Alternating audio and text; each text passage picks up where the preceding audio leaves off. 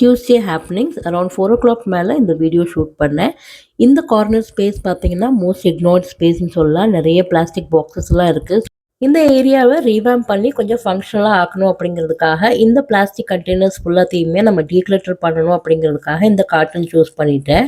Mostly கிச்சனில் storage purpose அப்படின்னு பார்த்தீங்கன்னா பிளாஸ்டிக் கண்டெய்னர்ஸ் தான். பிளாஸ்டிக் கண்டெய்னர்ஸ் அஃபோர்டபுள், சீப் அப்படிங்கிறதுனால நம்ம மேக்ஸிமம் யூசேஜ் பார்த்தீங்கன்னா பிளாஸ்டிக் கண்டெய்னர்ஸாக தான் இருக்கும். பிளாஸ்டிக் கண்டெய்னர்ஸ் இப்போல்லாம் மார்க்கெட்டில் ஃபுட் கிரேட் தான் வருது. Food grade and BBA free இந்த மாதிரி தான் வருது. பட் ஆனால் நம்ம யூஸ் பண்ணுற பிளாஸ்டிக் கண்டெய்னரில் இந்த மாதிரியான நம்பர்ஸ் இருக்குதா அப்படின்னு செக் பண்ணிவிட்டு நம்ம யூஸ் பண்ணுறது பெட்டராக இருக்கும்.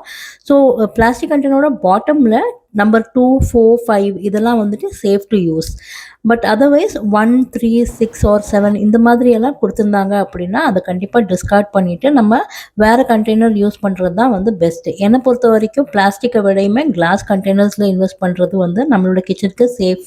இப்போ அரேஞ்ச் பண்ணிகிட்ருக்க இந்த கண்டெய்னர் வந்து 1000 ml கண்டெய்னர். சொலிமோ பிராண்டோடது, அமேசான்லேருந்து பர்ச்சேஸ் பண்ணது. ஒரு 10 கண்டெய்னர்ஸ் வரைக்கும் வரும். ஆல்மோஸ்ட் நான் வந்துட்டு ஒரு 5 கண்டெய்னர் இதில் அரேஞ்ச் பண்ணியிருக்கேன். இன்னும் ஒரு 5 செட் கண்டெய்னர்ஸை வந்து வாஷ் பண்ணியாச்சு. இப்போ இந்த 2 ரேக்கும் இப்போ ஃப்ரீயாக இருக்குது. ஹோம் சென்டரில் இருந்து 2 கிளாஸ் கண்டெய்னர்ஸ் பர்ச்சேஸ் பண்ணியிருந்தேன். இதில் எப்படி நான் அரேஞ்ச் பண்ணுறேன் அப்படிங்கிறத நான் நெக்ஸ்ட் வீடியோவில் ஷேர் பண்ணுறேன். வீடியோ பிடிச்சிருந்தா லைக் பண்ணுங்கள்.